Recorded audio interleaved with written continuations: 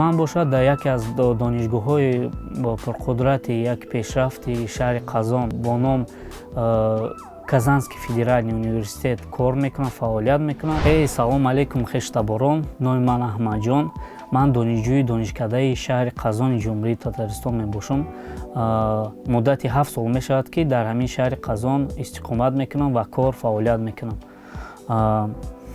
дар барномаи имрӯза ман мехостам дар бораи донишҷӯён нақл кунам, ки чӣ хел худро нигоҳ кунанд ва кору фаъолият кунанд ва як касби хуб омӯзанд. Тарзи хуб интихоб кардани касб дар Федератсияи Россия.